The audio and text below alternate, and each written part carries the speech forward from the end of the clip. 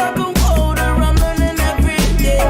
I can't explain all the mystery away, but there's a spirit that connects me and you. And when I heard him sing, I knew that it was true. It's life, it's a circle and we walk it with love, because it fills us with the beauty of life.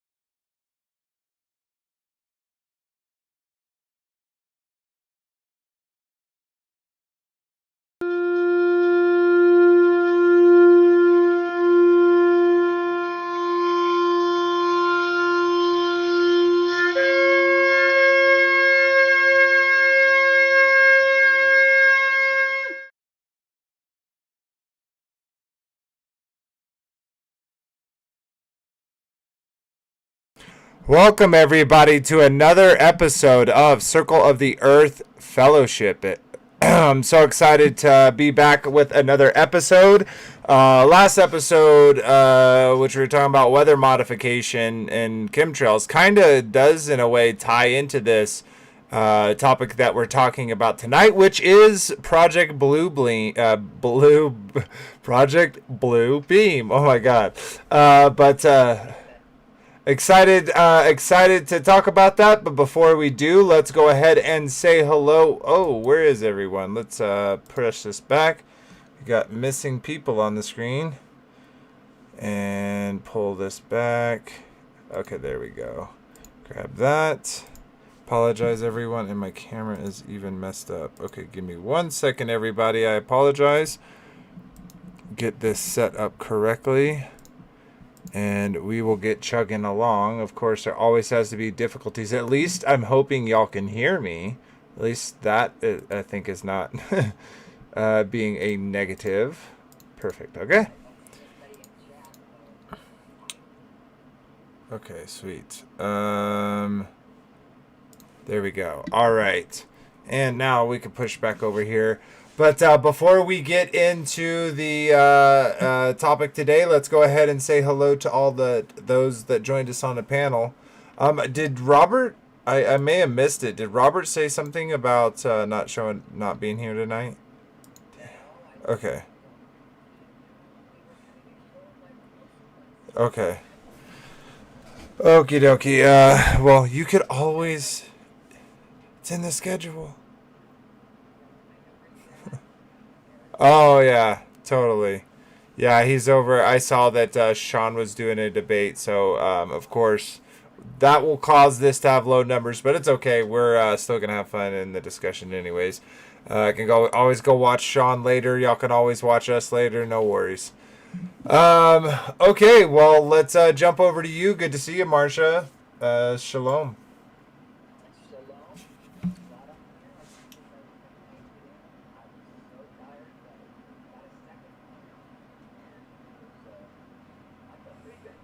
Nice.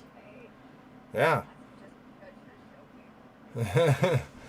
Sweet. Well, I'm excited to have you, sister. We didn't get to talk with you last week, but I'm glad you're feeling better. But everyone do still keep Sister Marcia in your prayers for her health, and because we sure do love having her around on the show and giving her perspective. But let's jump over to Kyle. How you doing, brother? Good to see you. Shabbat. Not Shabbat Shalom anymore. It's dark, but Shalom, brother. Oh, no one can hear us. Marcia, I apologize. No one could hear you. No one? Okay. I don't see. No, I know. It's because it for some reason, it switches the sound to this, like, random string of characters. And, of course, and then Kyle's dropping off. Okay, there he is. All right. Well, sorry for muting everyone, muting Marcia. Shalom, sister, and then we'll jump over to Kyle. Yeah, I don't know what happened there. Just glad to be here. Glad I started feeling better and am up and running to do this show. So. And what have you, oh, we'll get into that. Let's jump over to Kyle. How you doing, brother? Good to see you. I'm good, brother. Just another blessed day. I'm doing pretty well. Just in the process of trying to move out to Utah, and it's all Become a going neighbor. ahead. Become a neighbor. Oh, how fun! How Yeah, fun! for sure. Oh, how fun! Yeah. Yeah, So- I'm pretty stoked. It's a beautiful place we live, and I know you love Colorado more, but it is. I think it'll Utah's be worth similar to it. Colorado. It's not like Florida. Yeah, It's not, it's Yeah. not like Louisiana. I mean, Utah is just on the other side of the Rocky Mountains. Yeah. It's not. It's still, yeah. yeah, absolutely. Well, sweet brother. Good to see you, and let's jump over to Frankie B. Welcome, Frankie B. Hey guys, Shabbat Shalom everyone, or Shalom Shalom. Let's go, Project Blue Bean. It is a laser of a show. Good one, Frankie B. Top. That was AAA. But no, good to see you, brother. And we've talked about a lot of these topics before, just within other conversations, and it's like, of course, right? Like I have a picture of a flying saucer right here, and so we're kind of almost looping back to aliens, and we'll kind of see that within some of the videos. But it's like we've kind of said this whole time that all these topics loop in with each other. They're all interconnected, not just like one to one, but one interconnects into many other, whether that's through the style of the deception or whatever. And can y'all? I don't know. Can y'all see the airplane that's like kind of invisible right here that's projecting the blue beam? Yes. And That's so what I would do, right? yeah, and who knows? It may not even need to be a jet. It can be drones now, and we'll kind of look at that as well. The interesting kind of stuff that they can do, and again, we're seeing commercialized examples of kind of how they could do it, but who knows what type of technology they actually have, and what the way they could actually implement these things.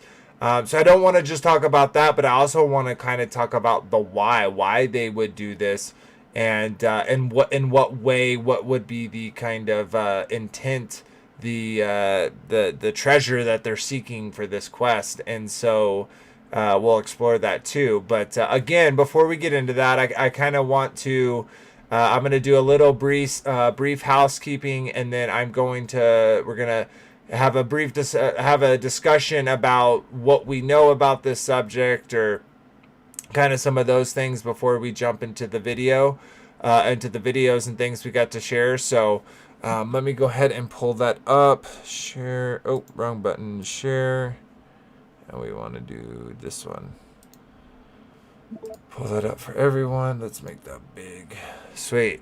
Awesome. So first and foremost, I'd always like to take a moment and shout out to Take on the World, Chris and Liz Bailey. We're just so appreciative that the fact that they allow us to come onto their platform and share our pieces of the puzzle with their family, with their community, and it means a lot that they allow us to do that. So much gratitude, much appreciation, much love.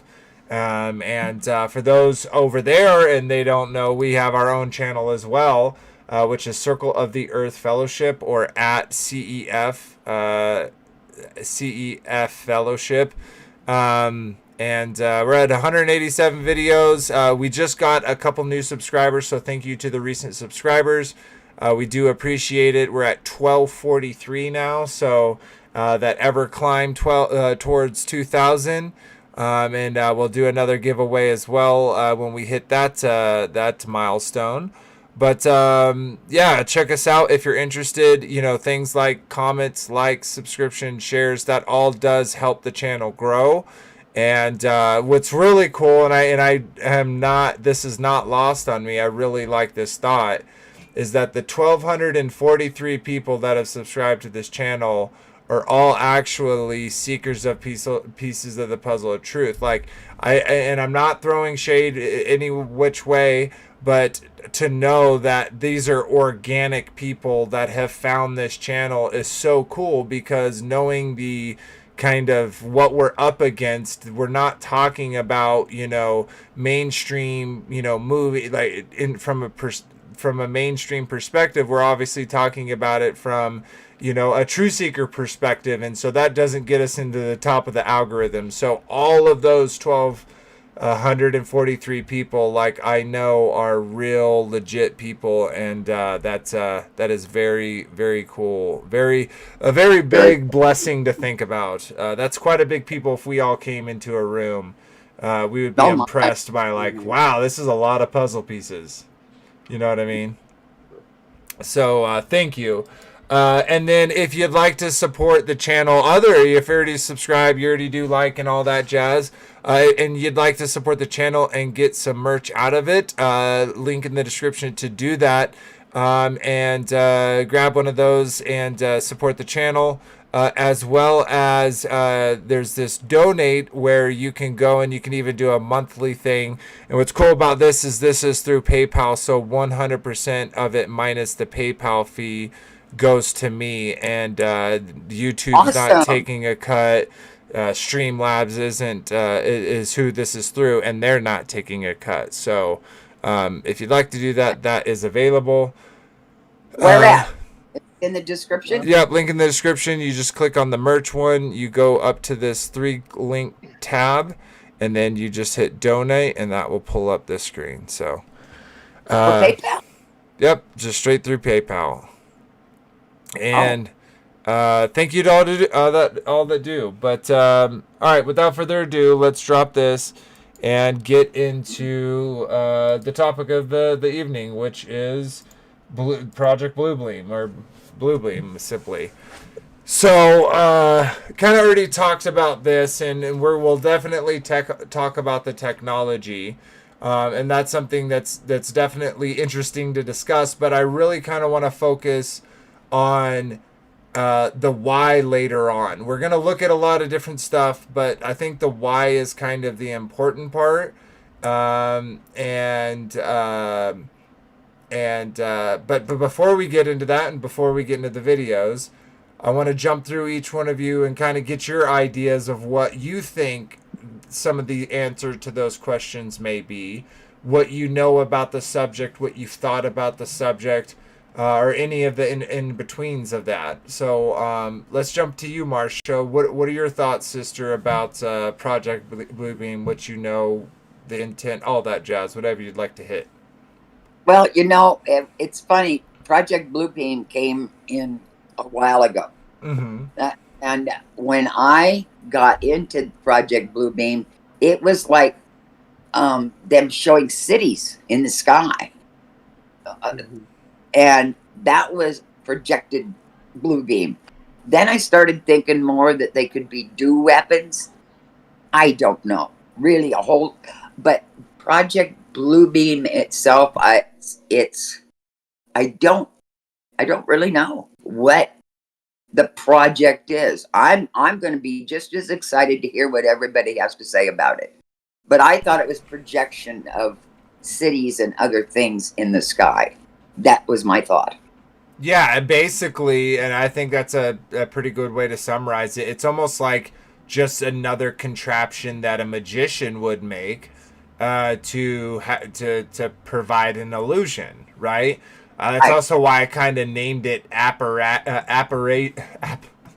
oh my God, apparition apparatus, right? So it's like they've created these things that can create these apparitions, something that's not actually there, but still invokes an emotional response, whether that's joy or fear or happiness or whatever.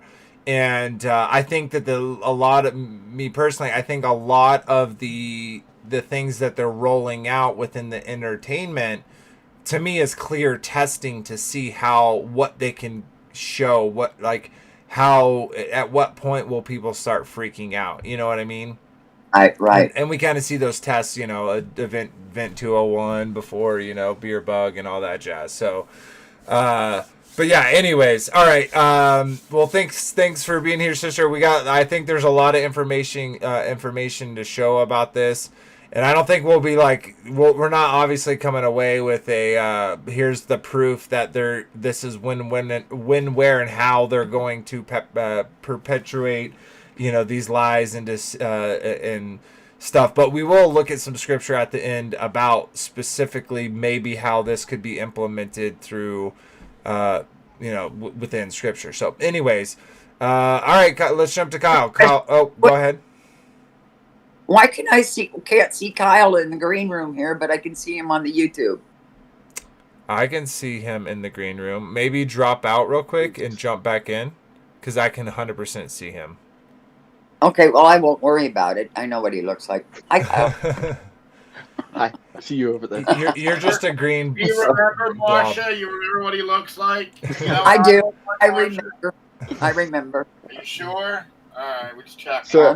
So what's interesting about this topic is, I mean, the first time I ever heard about it was the technology was going to be used to fake Jesus's return. Like it was going to be simulate the, not just that, but the rapture. And, it was kind of a big thing in my mind, because I was like, why is it like a religious thing? Like, why are they using technologies to demonstrate like religious? I wasn't a believer at that time. Looking into it, but that's, those are the things. It was always Jesus and the rapture and stuff, and I was like, why would the government do that? And there was always aliens thrown in with it. It was just this weird picture. But now I understand that Project Bluebeam is more of an agenda that is carried out through probably a variety of technologies. It doesn't really matter what it is, as long as it portrays an image to your mind that is what they want you to see.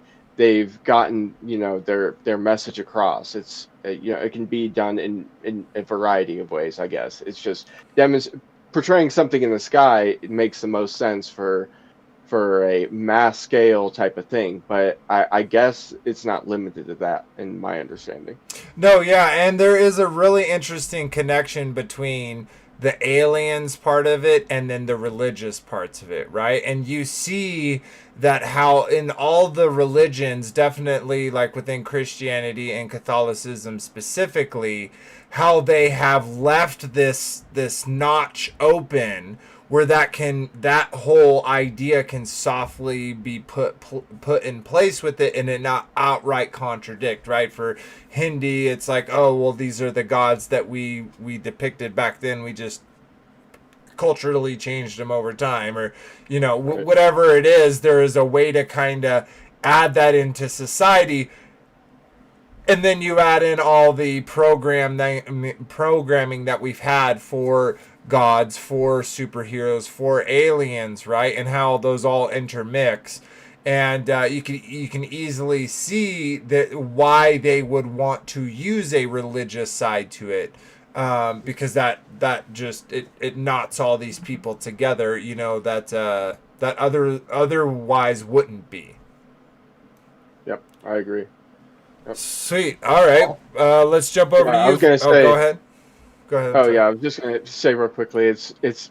But the whole purpose of it is to show something that's not necessarily there, whether it's found in reality or not. It's the Project Bluebeam is about like almost a holographic or a digital kind of any format that's not physical in form. I guess and it also is how it's used. And I also feel like, in reading scripture, the evil one is like, it's kind of like the PR, like, let's get in front of this, right? Like, he's always trying to get in front of the prophecies that are like coming true. Like, he's always setting up so that he has an excuse ready within his lies, because he know eventually those lies are going to be contested. And I think that this is part and parcel, that the desire to find that information, or to to gather that information and technology in order to be able to accomplish that exact thing. So, Right. great points, brother. All right, Frankie B, what are your thoughts, bro? So Project Bluebeam, is that holographic, or is that Mhm. the lasers that are attached to the planes that can cause the forest fires? So and who Or is knows that if they're both? not. Or is that both? Would it get, Or what if it's both, right? What if whatever Okay. technology that they're using to create these holograms can also be Exactly. directed in such a way that it created intense heat? Exactly. So the first time I heard about it was during the fires in Hawaii. So Mm-hmm. there oh, was a I whole heard big thing on See? that, and of that course those were it's dupes. military operate. Of course, it's a military apparatus. They can use it in warfare, and even the holograms, they could use that in warfare, making our armies look bigger, making sending 10 planes and then making it look like 30 or 40. You know what I mean? Yep. And then And, yeah, and the enemy won't know which ones that, if they scatter them out between the holograms, won't know which are the real and which are the fake. So yeah. What if they're you have getting a lot. what if you have a drone a swarm of drones where some of the drones are or all of the drones are making a picture of four drones. So it's like Yeah, if that was the theme of the Spider-Man movie. yeah, that's an example, Uh, right? Mm-hmm. yeah. Well, So he was using the drones to make the holographic movies that he was acting in and portraying as a hero. Then he became a villain. yeah, no, exactly. And who knows like what that technology actually is. I think what we're kind of talking about specifically with Project Bluebeam is because actually, not next week, which is satellites, but the following week, we're going to be talking about DEW, which is direct energy weapons. And I think Yeah. that more hits Okay, the Maui stuff. I do okay, believe yeah. there's a crossover there where that technology is probably similar, comes from the same, you know, warehouses or labs. Yeah, that's what I thought when you said Project Blue. I thought it was the Do. Okay, I had that backwards then. Yeah. So yeah, Okay, yeah, I'm just confused. no worries, no worries. Well, I'll take on your role, Marcia. so yeah, I think this is kind of an important thing because here recently, definitely with Trump and what he's been saying, talking about the UFOs, talking about aliens, talking this stuff, information coming out in congressional hearings in the Senate, etc. Where this they shot down supposed planes now, or these flying vehicles. They've shot them down. They've quote unquote recovered bodies, and so we see these things, and I wonder how much of this could be, again, smoke and mirrors, right? This is an illusion set up, and even the footage that we're giving of this object, it's like, can we vet that? Do we know that actually was a plane flying and captured this footage as their, because why would excuse me, why would the US military have any reason to lie to the American public?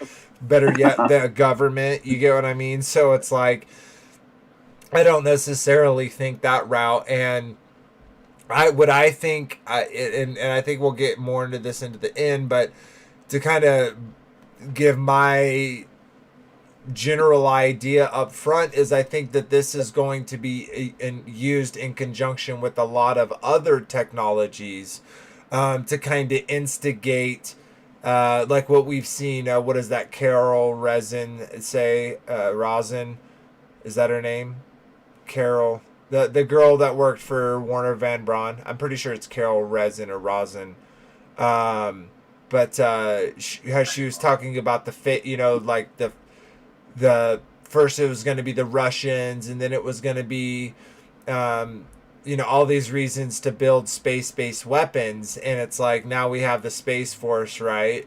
And so anyways, I think that they're going to use this as kind of a bigger push for aliens. I think this kind of getting people ready, in my opinion, for the fifth trumpet, and in meaning they're going to start showing these things and presenting them as facts, as okay, these are aliens coming, right? These are alien, and at one point we're going to have an actual invasion, i.e., the fifth trumpet, Revelation 9, the first woe, and that is all the pre-up to that, all the pre-funk to that event actually occurring is going to get aliens on people's minds even more and more and more. And we're going to see these objects in the sky. The government's going to be talking about them. We know that they're extraterrestrial. We know they're from a different planet.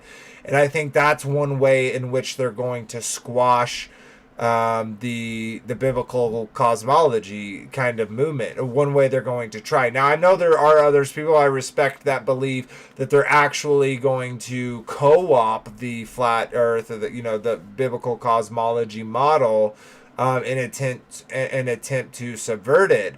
But I personally think that they've spent too much money in education and entertainment throughout the entire kind of mankind to really not pull that final card, that aliens card. And so when and where and how that's going to happen, obviously that's all speculative.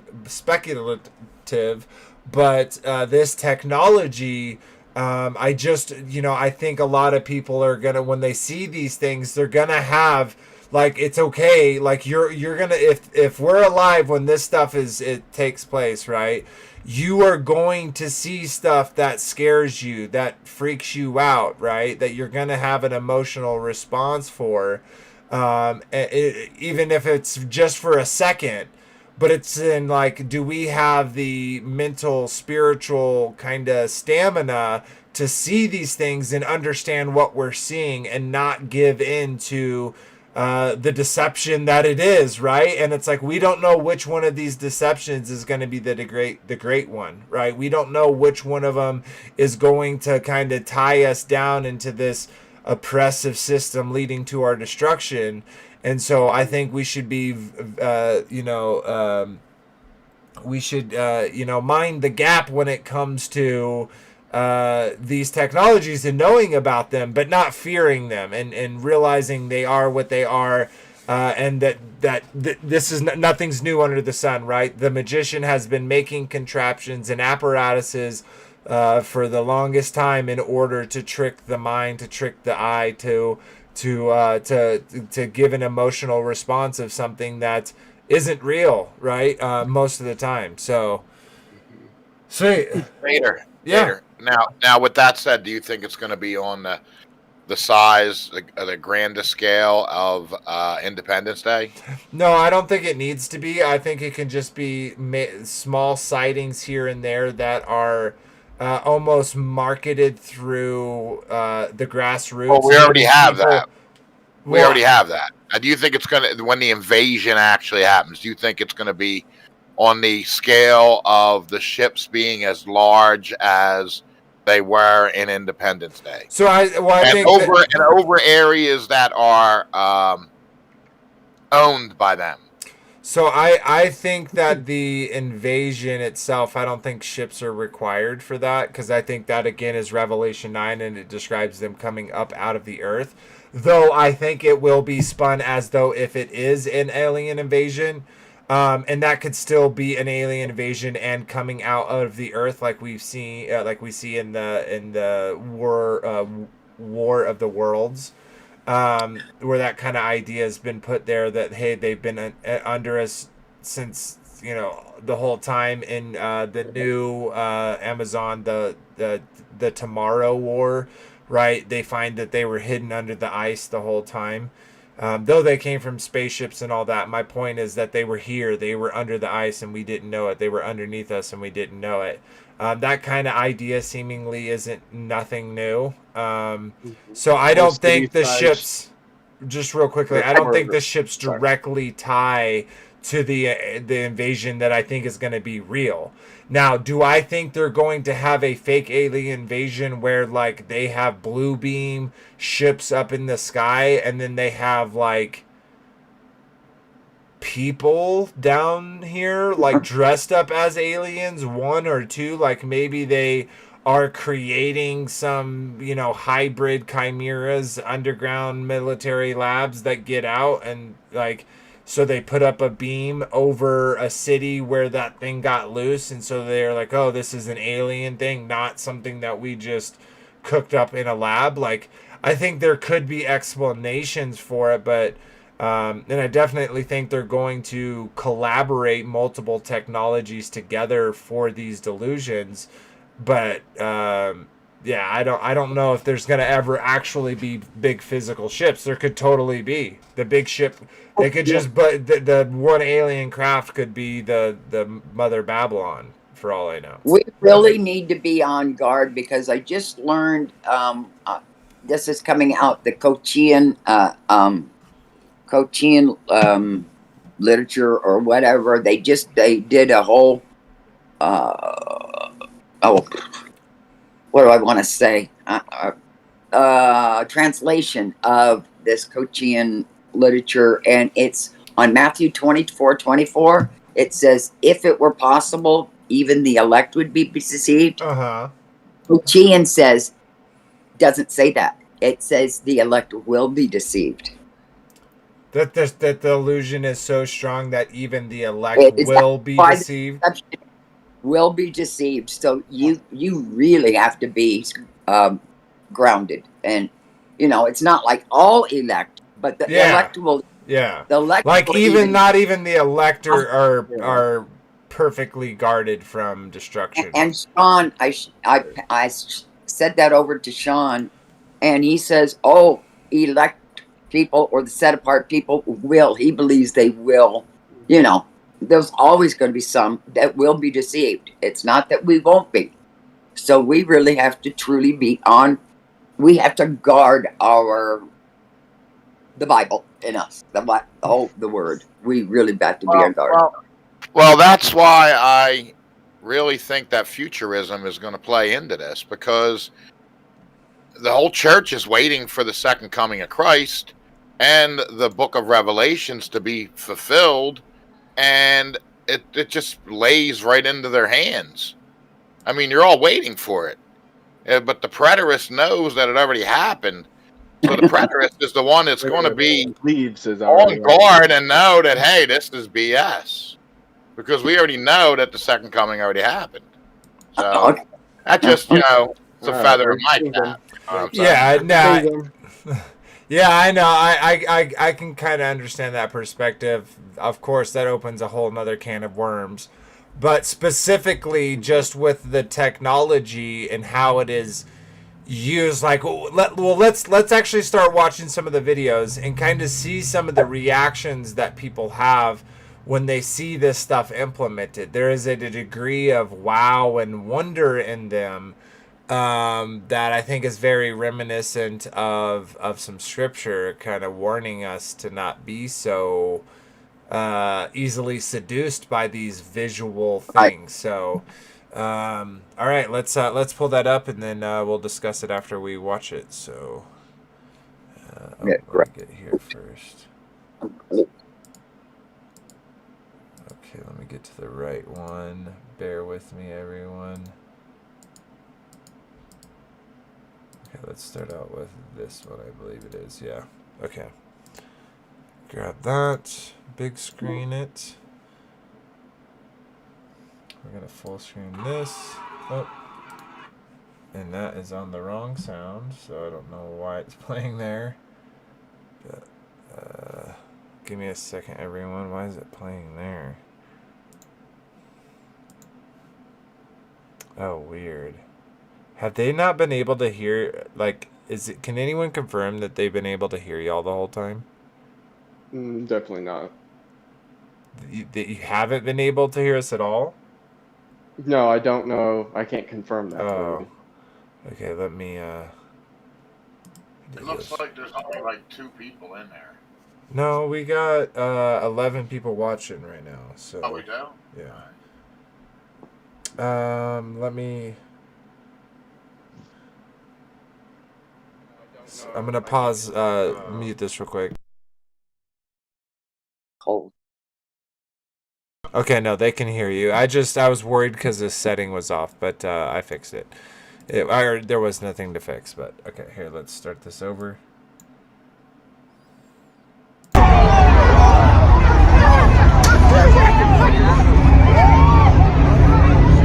What the fuck? What is that?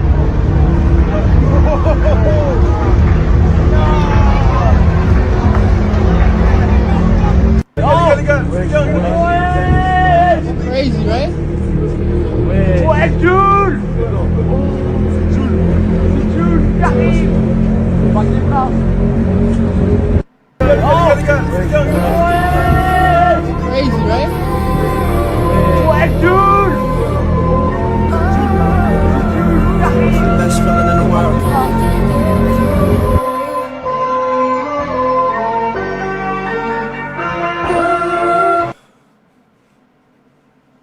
So yeah, I don't 100% know what to make of that. That seemed pretty crazy. Like, is that just a promotional kind of fake thing? Because is that an AR thing? Like, I will say I'm not 100% sure if that was like what people were seeing, but that was looking like they were all pointing at it, even with people who didn't have phones. So, or looking at it even with people that didn't have phones, but maybe that was scripted. I don't know, but still very interesting. My understanding was that was real. Like people saw that without devices. Without devices, yeah, very so much. Yeah, Sorry that's if I what had I'm a weak talking word. about. Doing something like that. Oh, do you remember that? Are you going to play something real quick? Well, anyway, do you Go remember ahead. that shark thing that came out of the water in a gymnasium with kids? That was like Blue Beam. What, you don't? Okay. I should find it. In this video here.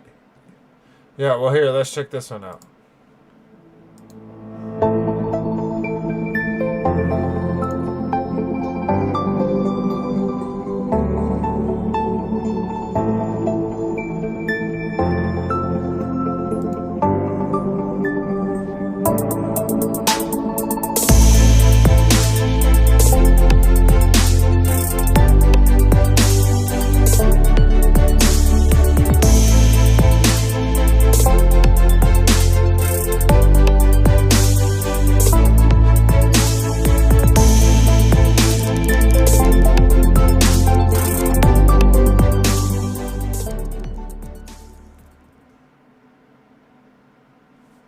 Alright, so quick little thing there. Oh, cool. Hey, that'll save the circus a lot of money. They don't have to drag animals around with them anymore. Yeah, and they'll be best friends with PETA. Yeah, right. So this is, again, one of those things where it's like, is this actually a hologram, or am I looking at it through AR? But again, the people look like they're reacting to them, they're looking at them, or is that because they're CGI? I literally don't know, but watch it and you come to your own conclusion.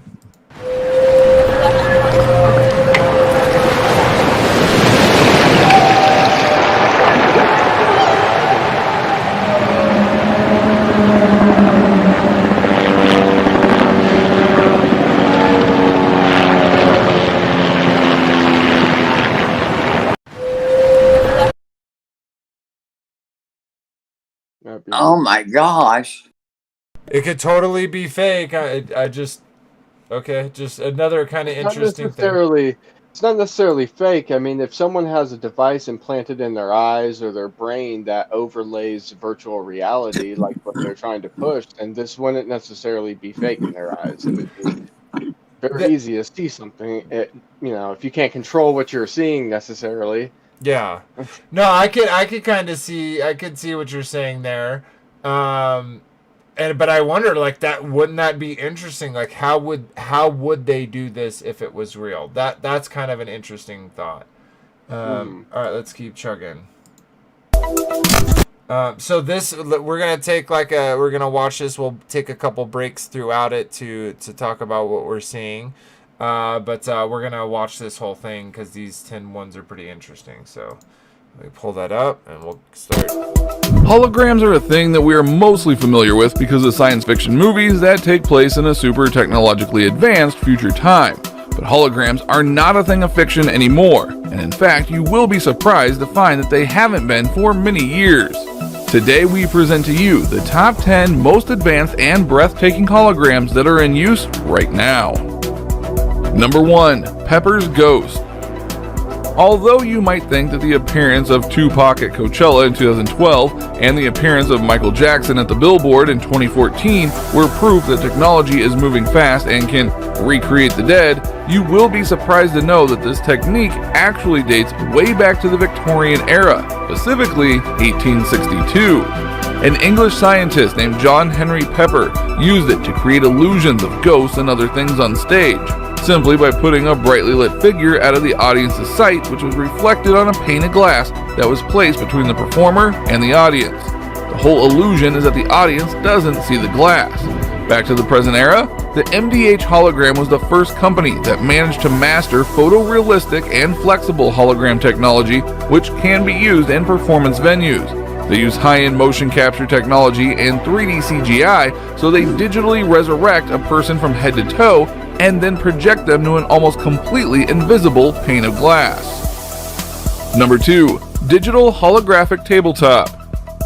Now, if you think of Tony Stark while looking at this, we won't blame you. And even though we are probably still far away from creating holographic tables that look like this, a lot of progress has been made in order to achieve this level of perfect sci-fi technology. Specifically, a team from South Korea managed to create the world's first hologram table that can be viewed simultaneously from 360 degrees, so literally from every angle possible. In order to create that, they used a series of multicolored, high-powered lasers and a high-speed rotating mirror display, which was built into the tabletop.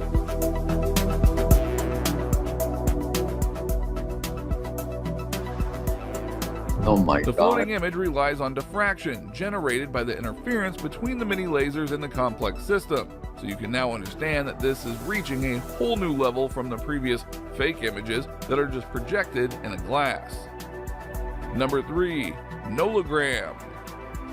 The brainchild of the artist Joni Lemercer, the nologram is named like this because she doesn't want to be associated with the misleading use of the word hologram. She uses common tracking technologies like depth sensor and image analysis in order to allow interaction between the viewer and the projections. And she is using various techniques to create the nolograms themselves. Some of them are the classic Pepper's Ghost, which we talked about earlier, as well as semi-transparent screens, mirrors, and lenses. But what she really wants to do is break the 2D projections, and for that she developed a technique using fine particles of water, high-pressure gas, and custom nozzles, all in order to create true volumetric projections that have no limit in size. Number 4. The Ariel Burton Laser Plasma Holograph. Burton Inc. is located in Japan, and they are proud innovators who managed to succeed in creating true 3D display using plasma technology. This creates amazing opportunities for further creations because the light can be viewed without the need to bounce off of any surface and use mirrors or glass. Specifically, the technology they use is a 1 kilowatt infrared laser, which is focused on direct points in the air by a 3D scanner. This causes the molecules in the air to be ionized and thus create a plasma. Now, we can't imagine all the possibilities that this opens, but we're sure they are going to be more than impressive. Number 5. Fan holograms. What we call fan holograms are the types of displays that produce a hologram that is seemingly floating in the air. This is achieved by having strips of RGB LEDs attached to the blades of the fan and a control unit that lights up the pixels as the fan turns around, and so producing a full picture.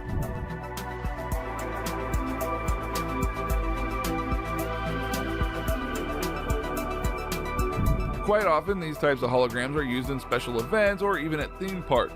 But relatively recent, there has been a new device that goes around that is known as the Hypervan Wall, which creates full HD images that can be over 3 meters tall and gives the appearance of floating on air. To succeed in this, the device only uses 65 watts of power. Incredible. Imagine if they put that up in the air with a whole bunch of, with an air balloon with a whole bunch around those. Yeah. Oh my God. They could literally make it look like it zoomed off in space and all it did was mimic what was behind it and now it's all vanished. You get what I mean? Like, If you think of these things on a big scale, and they could use these for a lot of nefarious reasons. Mm-hmm. Number 6, touchable holograms. When we talk about holograms, the basic understanding that we have is that you can see them, but you cannot touch them. But that's not always true, surprisingly. By using tactile technology which creates haptic feedback, researchers at the University of Bristol's Department of Computer Science managed to create a 3D shape in midair that can be not only touched but actually felt by the human hands. Although gamers will immediately think how much games can improve using this technology, entertainment is not the only industry that can be benefited from such a discovery in the future. Just imagine doctors looking at a 3D projection of a tumor before an operation, or actually being able to touch artifacts that are located in museums. The possibilities are endless, and all of them useful. Number 7, Inform. Researchers at MIT have this incredible idea that they actually managed to bring to life, and we are most excited about it. They created something they called Inform, which is a tangible Inform dynamic shape display. What is that exactly? Well, Inform can render the shapes of people and objects on surfaces by using up to 900 motor-driven columns in a tiny area, and so sculpting shapes in real life.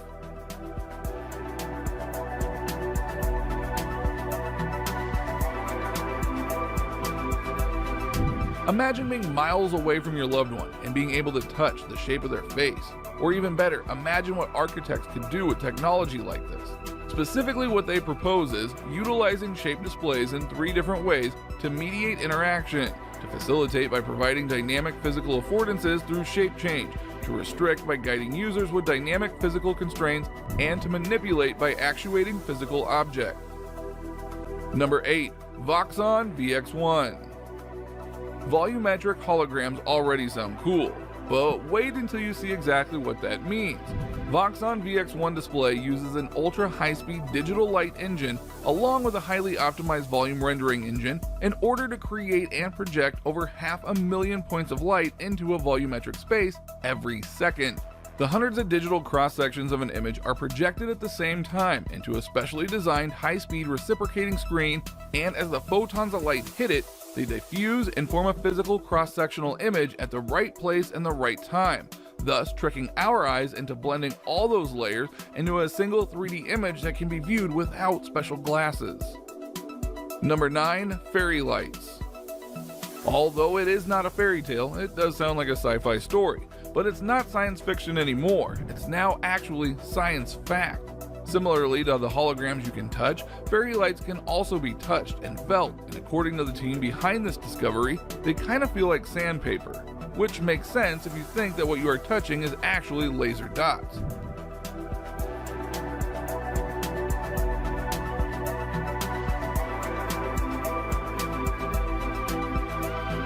The researchers at Digital Nature Group found a way to create these 3D interactive holograms, which are comprised of tiny points of light plasma and are called voxels. In order to do this, they use femtosecond lasers that create these 3D dimensional images with resolutions up to the staggering number of 200,000 dots per second. A femtosecond is a quadrillionth of a second. So I want to stop and say something real quick, because I feel like this may be on people's minds, and then we'll finish out the video. Is like, we'll see all this. Oh, excuse me. Most of this, the things you're showing are within containers or have glass around them, and isn't something you can just like put up into the sky. And one thing I'll say is like, this is the technology being commercialized, not weaponized, right? It's not, they're not showing you the full extent of the capabilities of what they're doing. They're taking this information and they're taking it down all the roads they can, and some of those roads may lead into some really like kind of complex stuff of what's actually going on. So I just wanted to mention that real quick, that just because they're doing it inside a thing here doesn't mean they haven't figured that out. And how old is this anyways? You know what I mean? Is just completely and utterly mind-blowing. Number 10, the Euclidean hologram table. This might not have the technology that the digital holographic tabletop has, but it is just as useful and impressive, we might add, as any other hologram on our list. The Euclidean hologram table is an immersive multi-user system that coordinates atoms of light with uses of algorithm that can handle up to 1,000 gigabytes of graphic data. That creates images that are not only stunning, but also super handy. They can be used in architecture and government and military and smart cities, and of course in entertainment, real estate, museums, live shows and conferences, as well as in arcades, and surprisingly, even in restaurants. Which hologram from our list made you go, wow? And which one do you think? So lots of technologies out there that exist that can create a lot of apparatuses that are creating these apparitions. So here's just another example of it.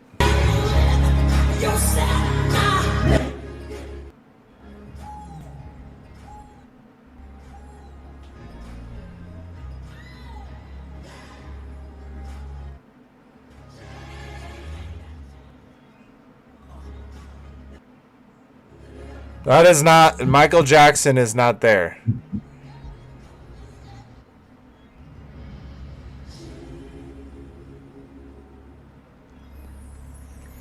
Think about that, guys. That's... Yeah. Think about it.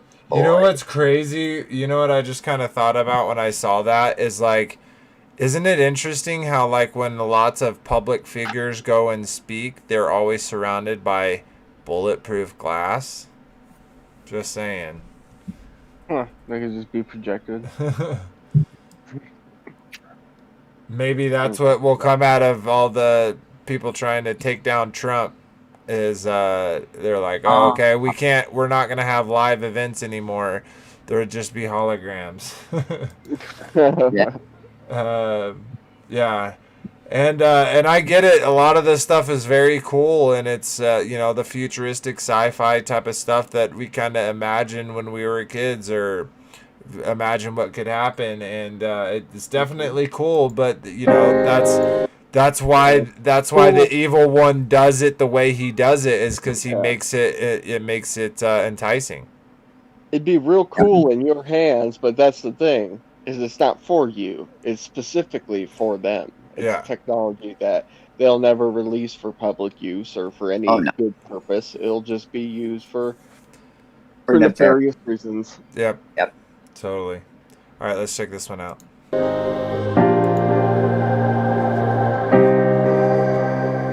The world of sci-fi has been promising us holograms for years. Think holochess in Star Wars, or Princess Leia beaming a message out of R2-D2. Help me, Obi-Wan Kenobi. You're my only hope. A lot of the holograms we've seen outside of sci-fi, like Tupac or Michael Jackson appearing on stage, have actually just been clever illusions. But Silicon Valley company Lightfield Lab has created a real hologram, without the headgear, that you can see in front of you just like a real object.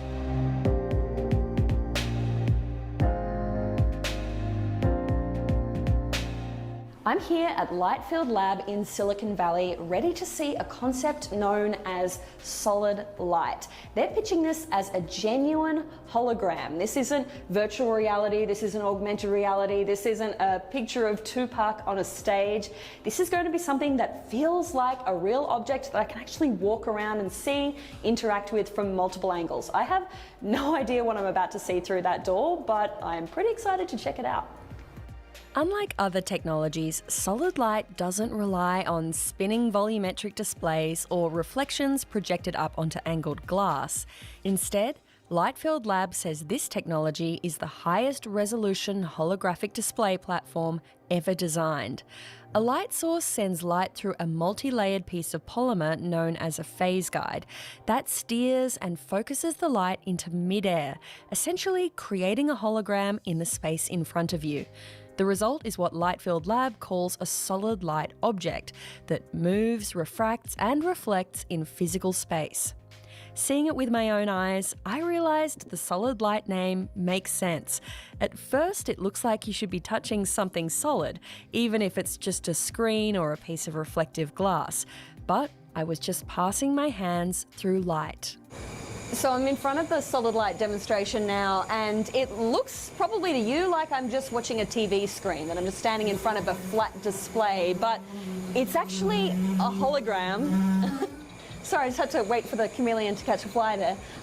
It feels like it should be about here. This is where it should feel like I'm touching a screen, but there's nothing here. And if I put my hand further through, it's like I can still see the animal, but my hand is passing through it. I'm 6 inches into this box and I can't feel anything. It's just air.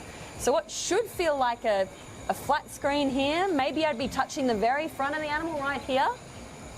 I'm able to actually pass through it, and it looks like it should be fairly solid, but it's not. It's just thin air. And the coolest thing is, I mean, my glasses do look great, but these aren't 3D. These are just because I have bad eyesight. So if I take them off, with or without glasses, it's exactly the same. It's pretty crazy. No headset, no 3D glasses, and like no screen. One of the coolest demos I saw was using a magnifying glass to actually magnify the hologram, just like it was a real object. I didn't just see a close-up of a display like I would with a two-dimensional screen. The hologram I saw was about 10 inches across, and it was being generated by a single solid light panel, though you don't actually see that panel in the installation. Lightfield Labs says each one of those 28-inch diagonal panels generates an effective density of 10 billion pixels per square metre, and they can be scaled up, potentially using multiple panels to make a massive wall. Unlike other light effects that use forced perspective to create the illusion of dimensions, you can still see the same hologram from multiple angles without any distortion, kind of like you'd see a real object. So I'm standing here about 1 metre or 3 feet away from the display or the kind of the demonstration, and this is where the Lightfield Lab team says that's kind of the optimal viewing angle. And if I walk around, it's pretty amazing. You walk around and it's not like, maybe another display where it starts to look warped or a weird angle because it's designed just to be viewed in this one spot. Of course, the magic here really comes when you see it with your own eyes. We saw this hologram in a small room, and it's hard to capture the full effect and play it back on a 2D screen. But this is just the beginning. Lightfield Labs says you'll be able to see this tech out in the real world as early as next year. The company has financial backing from the likes of Samsung, Verizon, and Comcast NBC Universal, and says it already has alpha partners that are planning to use the tech to create their own hologram displays. So the idea is you could come up to a hologram display, maybe at an airport, at an entertainment venue, at a theme park, and instead of just seeing flat screens on a wall, you could see these displays and actually. Isn't it interesting how it's always for entertainment? It's always, and they slip in, yeah, this has military applications, but no, we're talking about airports and amusement parks and, all that stuff. That's all, that's what we're talking about. So let's take a step back. We're going to watch this Mark Dice video and see what he has to say about it. You know that the government has a plan to stage or fake an alien invasion or even the return of Jesus or the appearance of God here on planet Earth? Not only do they have the plan, but they've actually considered putting it into use on several occasions.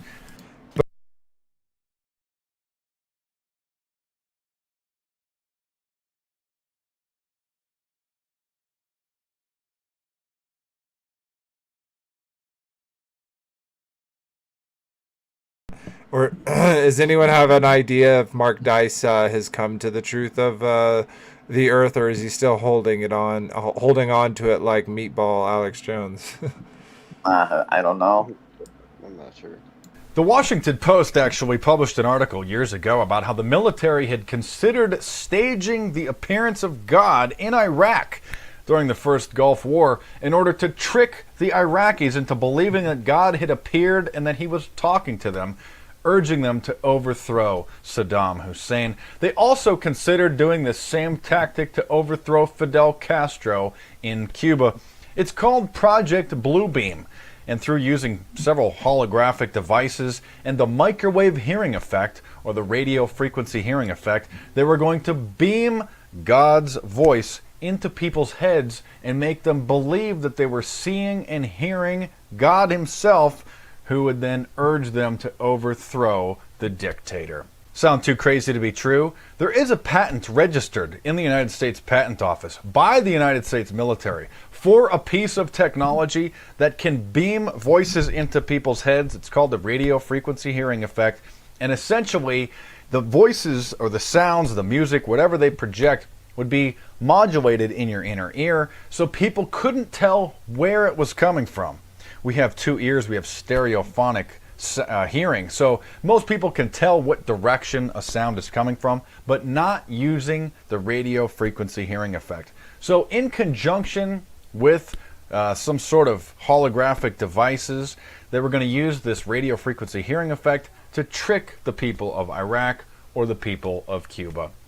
And there's also a plan in the works to use this same technology to stage an alien invasion in order to trick the world's population into following in line with the government's agenda. While giving a speech at the United Nations in the 1980s, President Ronald Reagan suggested that we needed an alien invasion in order to bring in world peace. Perhaps we need some outside universal threat to make us recognize this common bound. I occasionally think how quickly our differences worldwide would vanish if we were facing an alien threat from outside this world. And yet, I ask you, is not an alien force already among us? More recently, Paul Krugman of the New York Times has suggested that the government stage an alien attack or an alien invasion in order to spark military spending in the military-industrial complex to pull us out of the recession and to jumpstart the economy. If we discovered that space aliens were planning to attack, and we needed a massive buildup to counter the space alien threat, and really inflation and budget deficits took secondary place to that, this slump would be over in 18 months.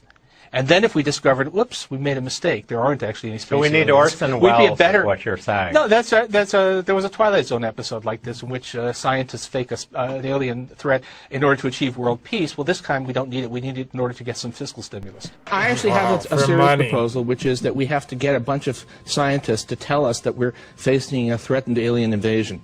And in order to be prepared for that alien invasion, we have to do things like build high-speed rail and then once we've recovered, we can say, whoops, there were no aliens. But look, I mean, whatever it takes.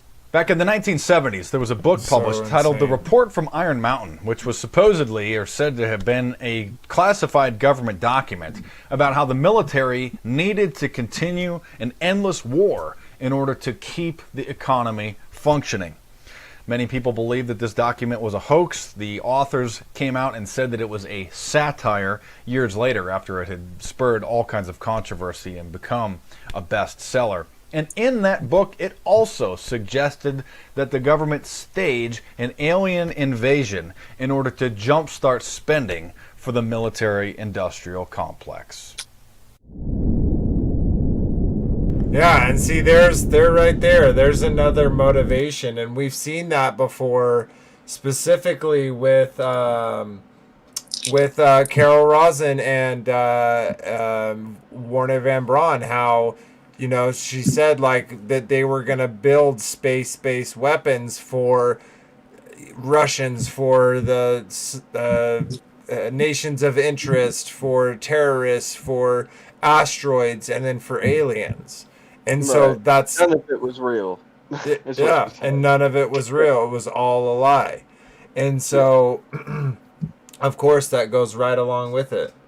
It's a quick little video. Check this out. Again, this is another one of those I'm like, I'm not sure if this is supposed to be like just advertising or not. Or, because people are looking it up with their phones, but it's like, because are they filming it?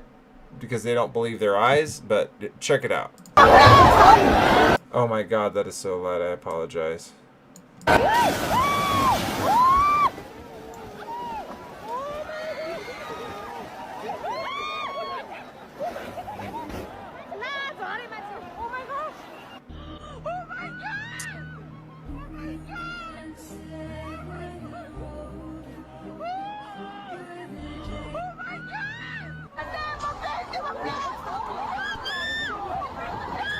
if they had an audio, but... See, because like an AR thing couldn't make that whatever was flying go behind the clouds. It couldn't do that. It would be on top of the clouds. It'd be on top of whatever the screen. It would be on that top of that 2D image. So again, is that just 3D added in after the fact? Or were those people really seeing that? Was the screaming and all that added in after the fact? I don't know. Y'all make y'all's own minds. Make up your own minds. So, okay, let's go here.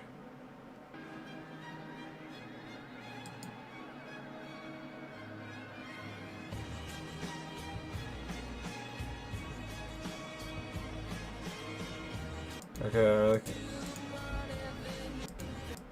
no, that's that was something else I was watching. That's not what I thought it was. Okay, here, this one.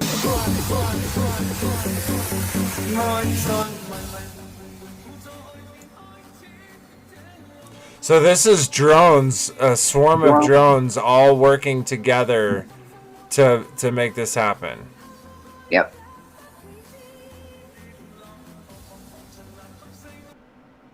So imagine if you had 10 times as many drones. Like how solid you could make that look. How real you can make that look. They did it on an episode of Jersey Shore. They did a fake alien invasion. He paid I forget his name. The DJ, Paulie D, paid a company to come out and use drones to fake an alien invasion. All the girls were going crazy. They really believed it. It was wild. Yeah. And it was something like that, but it wasn't a dragon up in the air. It was, a bunch of lights on the drones. Mm-hmm. And they said it was an alien invasion.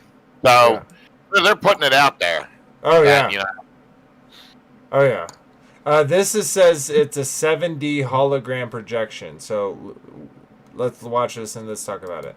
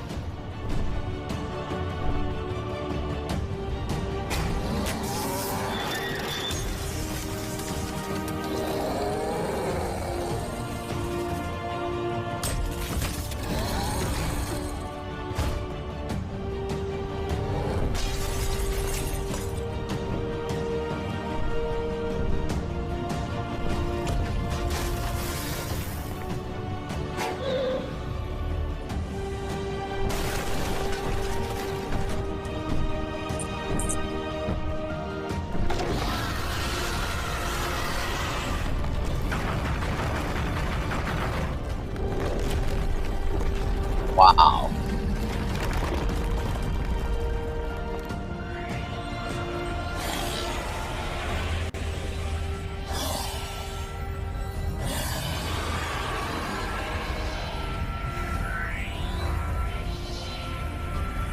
See how quickly the graphics for video games get better and have a pretty good reception in a few years.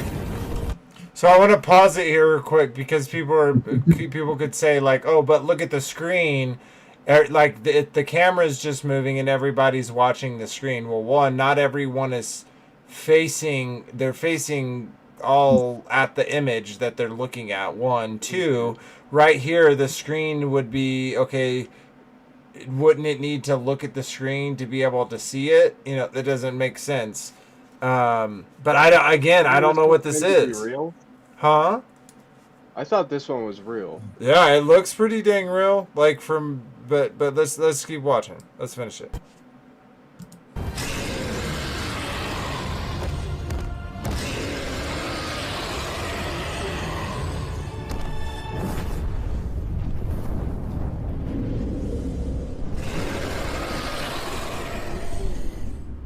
Oh, wow.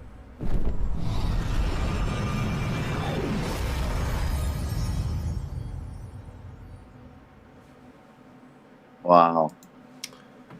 Yeah, again, I don't know if it's real. It's very interesting. It looks real.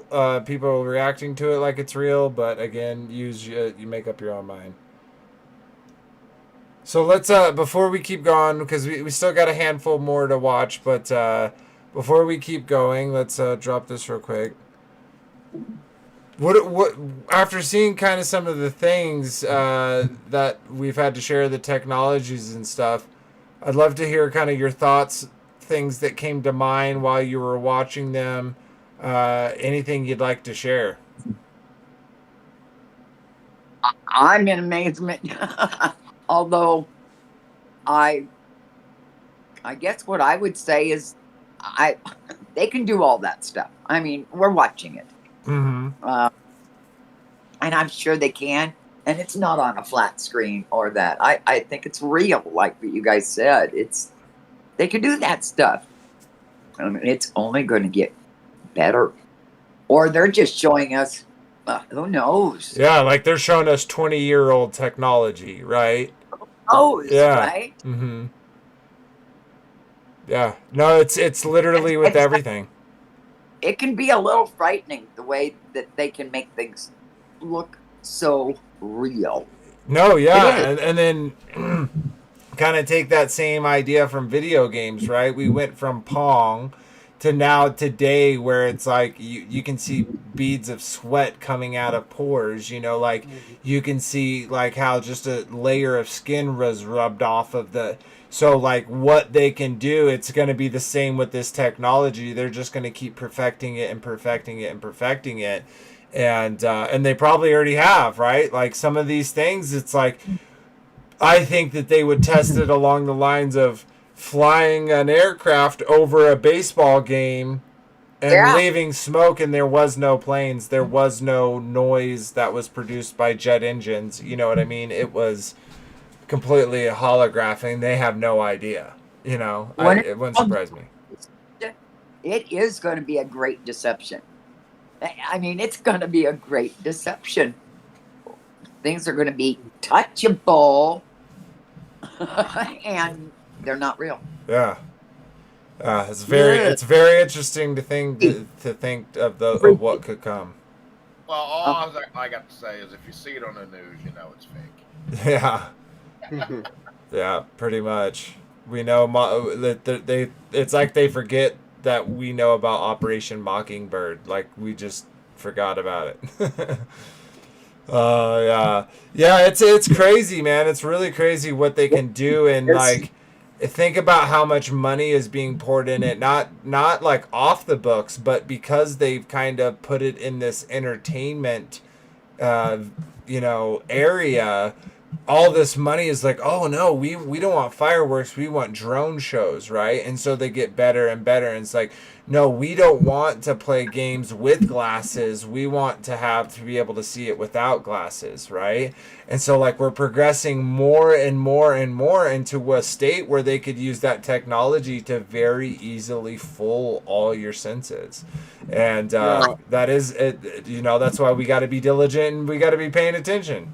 What was that, Kyle? I remember Disneyland at 5 and 6 and 7 years old, and they had the hologram. Mm-hmm. Who was it? Abraham Lincoln or something? I can't remember. It's been so many years ago. And talking to us, all the way around. That's when I was a kid. Yeah. Hey, Vader. So you play video games, right? Totally. Did you ever put the goggles on and play a video game with them? All right, so if video games go to that, I'll stop playing. Yeah, I'll stop playing. I don't. If that was the only option and there was no other way, then yeah. Or I would buy like an old retro PlayStation. You know what I mean? Like I wouldn't. Yeah, no, I'm never going to the AR. I'm never going to the VR. Like that, I have no desire for that. Do you think there would be pushback if they made it like that's the only game? Yeah. Yeah, I do. I think they're gonna make it more and more appealing, right? Over time, they're gonna make it more and more appealing. So there's a shift there. I just don't know if they could ever completely get away from kind of what people expect right now. Not for a few generations, in my opinion. Gaming was a nefarious thing. Oh yeah. It's just enveloped. Can you name one entertainment that isn't that? That wasn't developed to program, to trick, to, you know what Television. I mean? Yeah. Television. Radio. Baseball. Football. Yeah. I find it kind of interesting that it's always been the objective of them to blur the lines between reality and the digital world. And we've seen that actually for like 40, 50 years with NASA, you know, making images of the Earth for us. And we're looking at CGI. People look at images in a magazine. They're like, oh, yeah, that's the Earth from the place that I've never seen it from before. You know, that's it. That's where I live. And they, you know, they're looking at a picture and they don't realize it's been computer generated.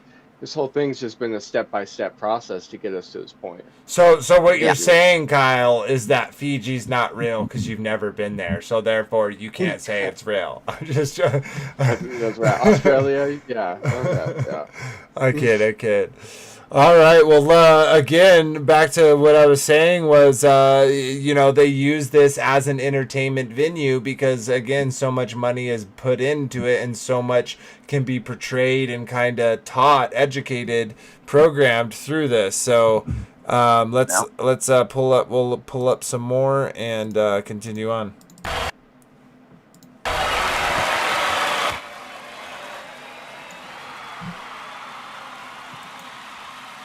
Oh, here we go. 10, 9, 8, 7, 6, 5, 4, 3, 2, 1.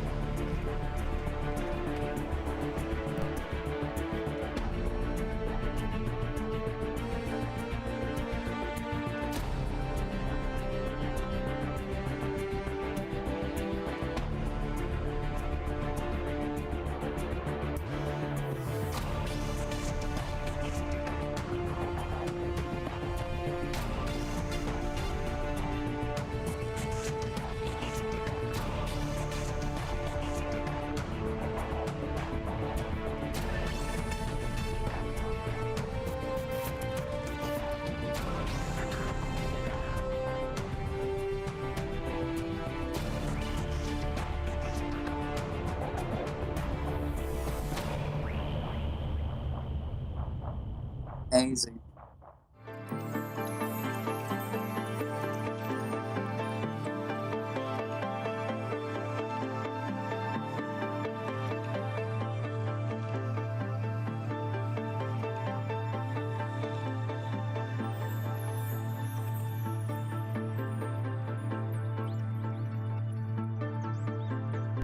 You can see like a haze, and I'm wondering if that's what they're projecting onto, but I wonder where the projectors actually are. I don't know, but they go far out too. Great. That's just wild. You can see this being safer than fireworks. You know what I mean? Yeah, we know. So they could do like a fireworks show without actually. I'd rather watch this than fireworks go. Yeah, that would be something cool.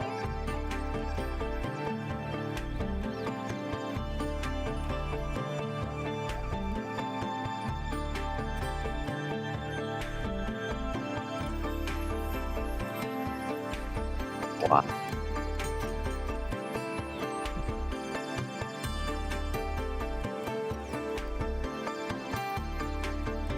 Yeah, it's so crazy. Just like the fact that they can do this and like people can see it from all around. Like, it's amazing.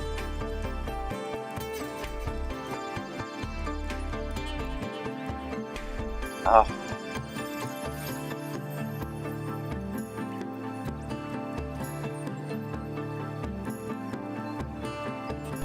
like what the heck?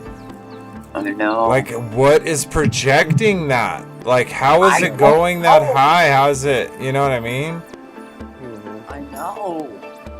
Yeah, to have those beams go all the way out that far. Oh my God. And this is like giving multiple cuts of different angles, like kind of indicating that this isn't just you have to be right in front of it to see it. I imagine you could see that from really far away, honestly.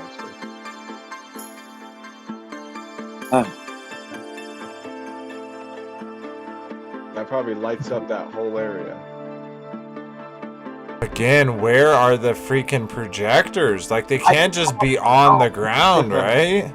I think they're on the tower, on the ground, all around it. Or maybe there's drones involved. See where the light source looks like it's coming from there? I don't know. Both on the ground and on the tower. And above. Well, even those beams right there could be projections. Projections of. Oh, you're right. Just like that. It's a fair point. And like the fact that you can see the lines behind it. Amazing. See, like what are those right there out there, man? Doesn't it look like the light source is coming from out in the sky? Yeah. Yes. Yeah, it definitely does.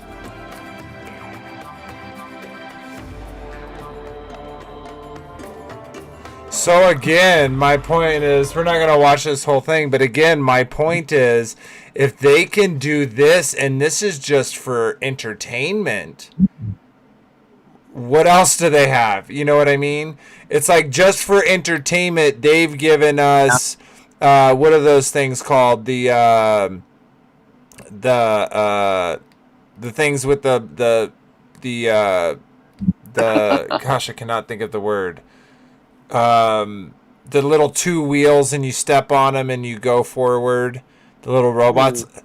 Like, if they're giving us those type of brushless motors for entertainment, what have they used those for? Yeah, hoverboards. There you go. So if they're giving that to us for entertainment, right? What do they actually have? You know, my mind always comes to those thoughts. Okay, let's go. Let's go here. Oh, that schooner that was in Star Wars, they probably have that. Oh, did The you one see that what Luke Karen? Skywalker drove? Did you see schooner? what Karen wrote? The Dejad or whatever. It's coming out of this Space Needle right there that you have. Yeah. That's exactly what Sean says. The Dejad that's supposed to be rebirth or something. Yeah, they of course have to get there's so much occult in there. Like, it was like overloaded with occult symbology. I didn't notice it. Yeah, I didn't notice. Yeah. All right, let's check this out.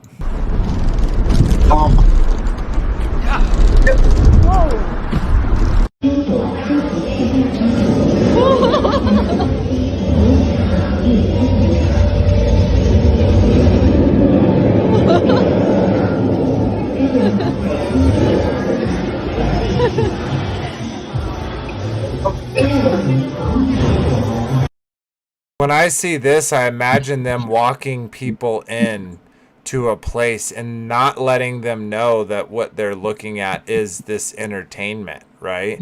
Like, they perfect it so much from the entertainment dollar that I really do believe that they eventually will use these ideas for nefarious reasons. Well, wouldn't you think that little kid would be scared? I mean, I think they are. That's why they sit down. Yeah,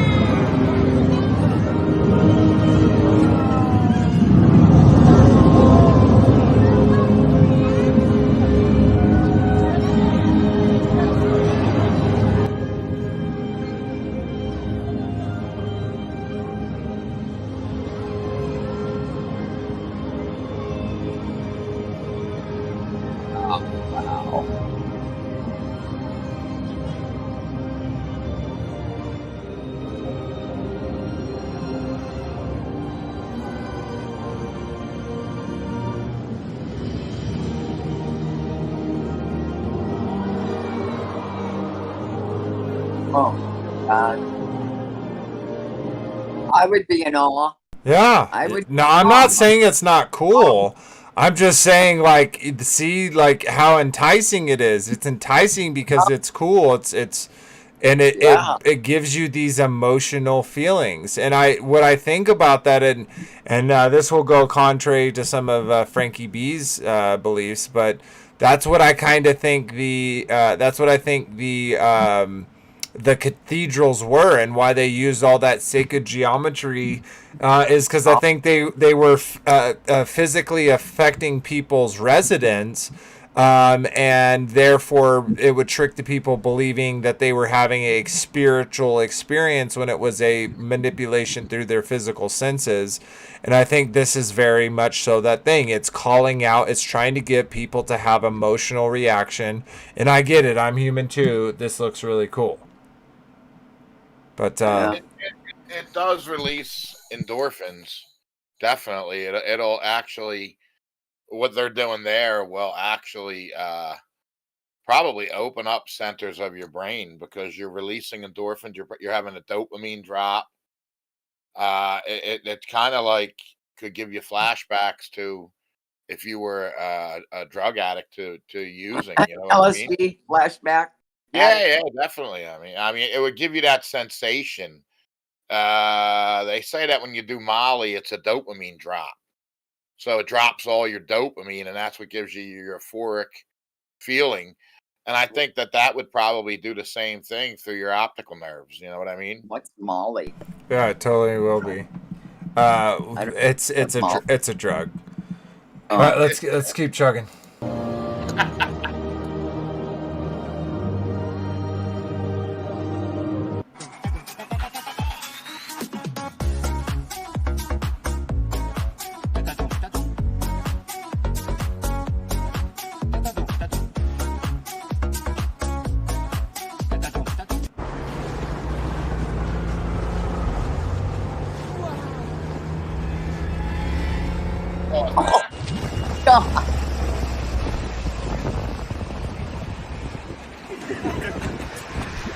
Oh my!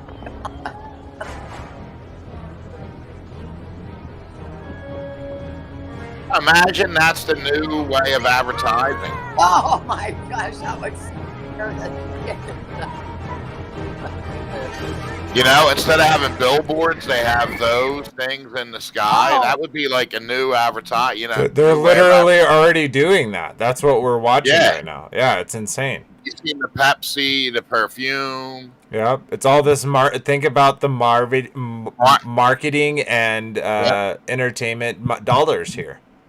Yeah, I don't approve of it on the highway. That would cause an accident. Yeah. If you see something like that, I mean, you're gonna stare at that. Totally.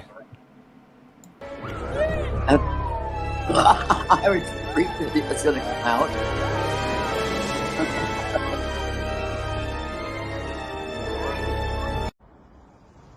Wow.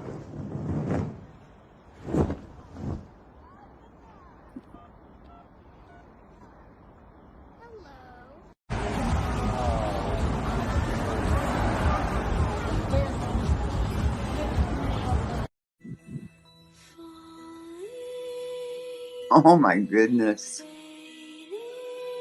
And I saw a star fall from the heaven unto the earth, and to him was given the key of the bottomless pit. Oh my.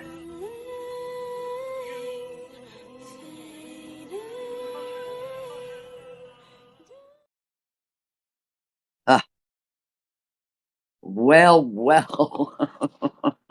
Yeah, it's wild. Project Bluebeam. Can you describe what that is? Well, that's another subculture term that's been attached to a series of projects that involve what the Pentagon, what they call a deceptive indication and warning, or a false INW, which is a false flag. And it's the ability to stage, through very advanced technologies, an alien attack or an alien event.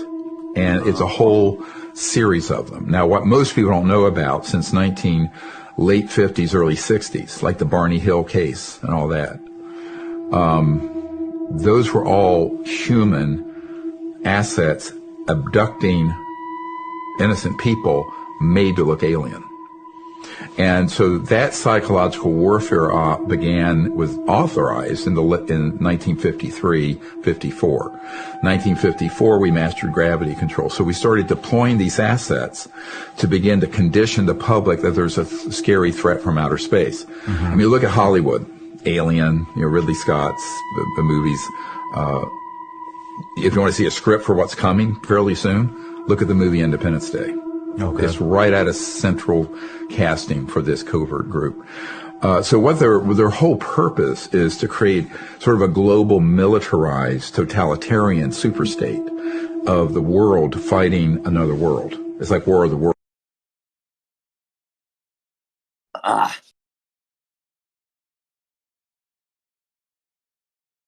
Well. You're muted. Like Star Trek, like Ender's Game, like Independence Day 2. So many movies have this idea of this galactic, this planetary government that all work together to explore the stars. We've heard it before. Movies. Yep. Yeah, it's so preposterous. So we got about. I'm sitting here watching, and I want to watch a whole hour more of it. I know it's there's so much. All right, let's check this Alex Jones clip out. Means whether he's good or bad, that means the globalists are going down. How would you describe the globalists and where we are and what you think should happen next? Like with this war with Russia and all of it. Well, they're just fighting to keep any kind of way to generate revenue from wars. It's really what it comes down to. And all this stuff is controlled and pre-planned, including this whole Russia-Ukraine war, this Israel war in Palestine. This is all about generating a great deal of money, stealing land and stealing resources, just like they did in the ancient tablets. There's nothing changed. These are like the last two wars we can find to fight right now on the planet. Maybe there's one more with Taiwan, I'm not sure. But the next war is going to be in space. They're going to take their little change that they can make from these right now. But the next big war is going to be a space war. They're going to take these UAPs that they've done, reverse engineered alien craft. They're going to do a Gulf of Tonkin incident again, like they did to launch the Vietnamese War. They're going to strike or hit or blow up a Navy vessel or something like that with one of these UAPs, claim it wasn't ours, claim it was an alien, and we have to be fearful of the aliens now because they can attack us. And then they're going to send trillions of dollars into black budget projects that have no congressional oversight. And they're going to take our money, and we're going to willingly give it to them because we're afraid of these aliens. We can see the pre-programming for projects. We can see the pre-programming for Project Bluebeam. Say that again? We can see them hyping Project Bluebeam, alien thing. Yes. Oh, yeah. They're hyping it all up. They're going to listen. They're going to make a fake alien attack and siphon money into these private corporations where we can't get a FOIA. If we can't get a FOIA, we can't tell what the hell they're doing. And because we can't tell what they're doing, we know what they're doing behind the scenes.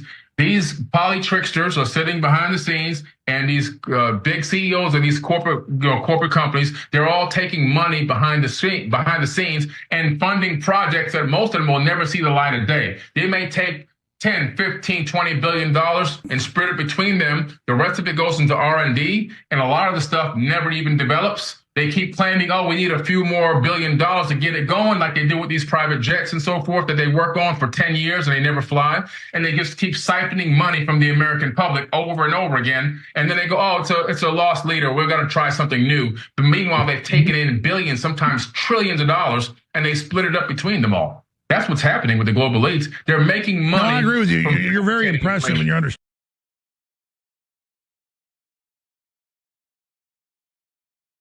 You're muted. What always blows my mind about these types of individuals is how, like, they know the government lies, they know that they're going to fake do an alien invasion, but yet they still believe in the planet, they still believe in the globe. They're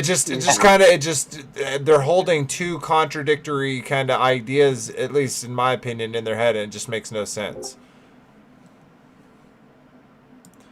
All right, so we got a few more videos.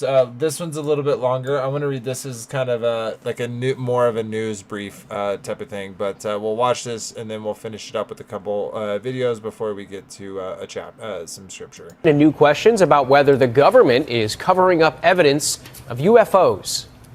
I had an experience. A congressional hearing straight out of a science fiction movie. All to hide the fact that we are not alone in the cosmos.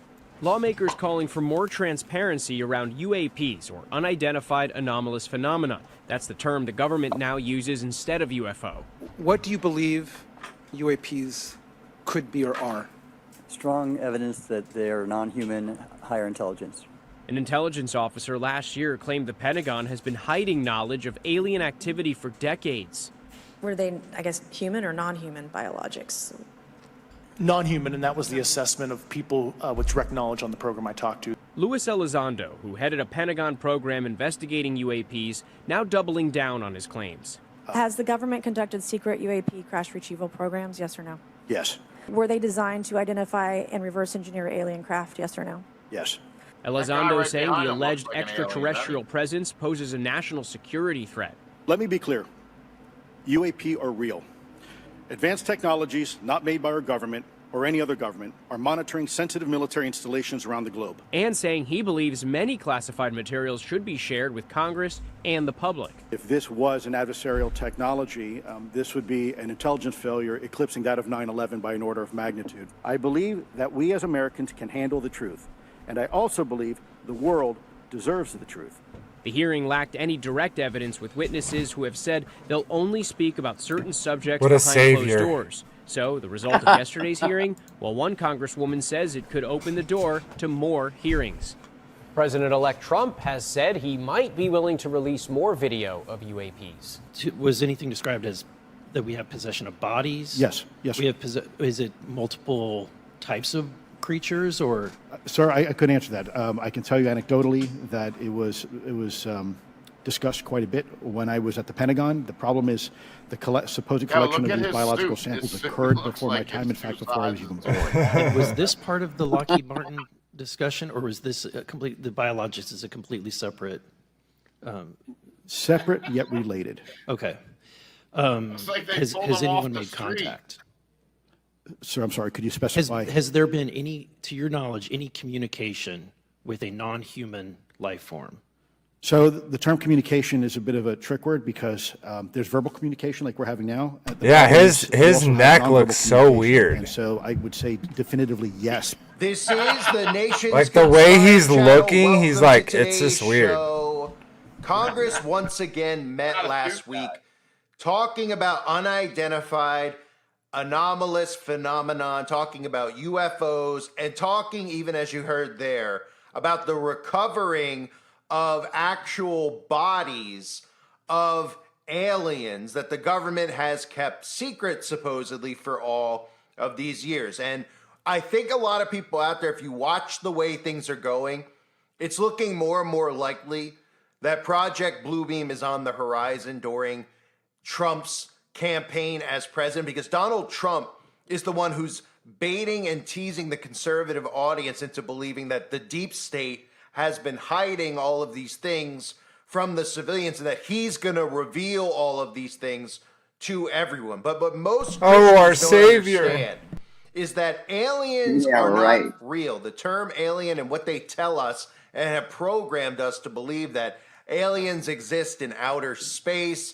They travel from Mars to Venus, up Uranus. You know, all of the propaganda we've seen from Star Trek to Star Wars is fictional. Because what they're actually doing is covering for demons. Aleister Crowley wrote in his book, today they call them angels and demons, tomorrow they will call them something else. And in fact, they are taking these demons and calling them aliens because they are going to train you and deceive you into accepting aliens over in our physical realm. They're preparing to bring over what's on the other side. A lot of these videos I've done about stargates and portals are preparation for this. And there's a big difference here in understanding an alien deception versus actual spiritual warfare. Because like most of the things they've convinced everybody of, they continue to minimalize God. By telling you that there's a universe out there and there's planets out there, you could travel out there, it makes God look small. It makes people believe in science over the actual facts of the Bible. And an alien deception would work perfectly with Donald Trump. They've been preparing us for this for quite some time. A lot of the rapture programming that's gone around where people are date setting, predicting days of raptures. And if you don't know about Project Bluebeam would be a simulation in the sky created by the government, which would make it look like an actual alien deception that's going on. But it could also be mixed in with biblical themes of seeing Fatimas, so to speak, in the sky. Signs from God, wonders in the sky, which the Bible warns about. Fake deceptions in the sky, and the Antichrist being able to perform miracles. But don't forget, again, we're gonna read about that, brother. the Vatican publishing new norms to discern alleged supernatural phenomena, because that's going to be part of this, that the Vatican is going to be the one who officially says if there's a sign in the sky that it is of God or not. And we could all look at it and say, well, who's actually going to fall for this stuff? But again, look how easy it is for Christians to be deceived into Donald Trump, into Elon Musk. I mean, Elon Musk is literally microchipping human beings. He is Neuralinking human beings. We are in the middle of the human trials, and all the Christians out there are now aligned with him. And of course, baits them by saying that he actually believes in God all of a sudden when his entire life he has openly denounced God. This is a deception that's going on, but it shows us that Christians can be very easily deceived into this. Now, I want to talk about something else that occurred during this meeting. If you didn't hear it, it is very, very interesting. Let no man be deceived, right? And we're going to read that. But let's great video. I suggest checking it out. This is at Perry at Rakia over on BitChute. Trump's alien Atlantis. Congress just set the stage for Project Bluebeam. So check that out if you're interested. There's the link if y'all want to follow. Call for an uprising or something like that. It's changing all the time because it's always getting deleted. So he always has to make a new channel to keep posting content. So it's hard to. I'm always trying to subscribe and then it's gone, and I'm find him later on. Yep, you find him on accident again somewhere down the road. Totally get it. All right, let's check this out. How are you today? I want to make one more video this week. And it's going to be about Project Bluebeam. Many years ago, it's been really a long time ago, 8 years, maybe almost 10 years ago, I did a video or several videos about Project Bluebeams. If you have time, go back and look at them. At that time, I focused on this guy.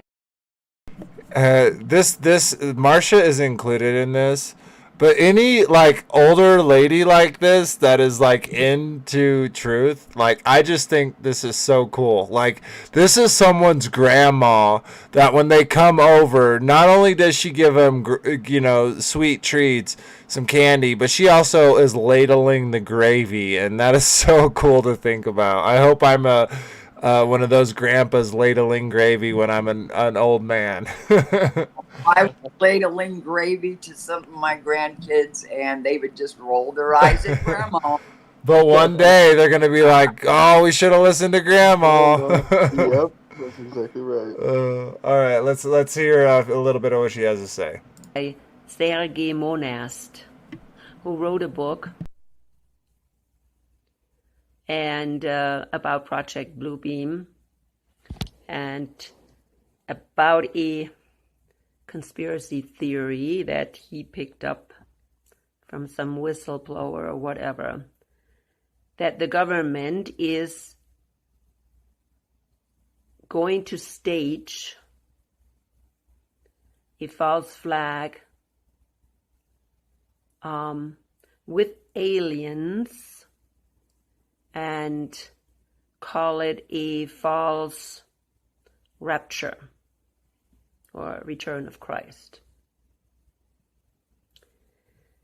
So this Project Bluebeam is absolutely something that, of course, is secret technology that the government has. It's not sometimes so secret. I think there's some things coming out.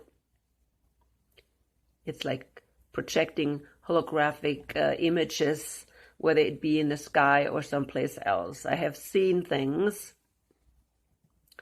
where they have done that, and it looks pretty real.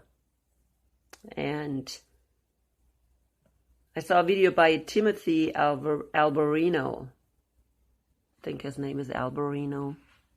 Yep. So yeah, and what I really want to show from this is like, it's like they just think we're these crazy nuts. You know what I mean? Like we're just these conspiracy theories.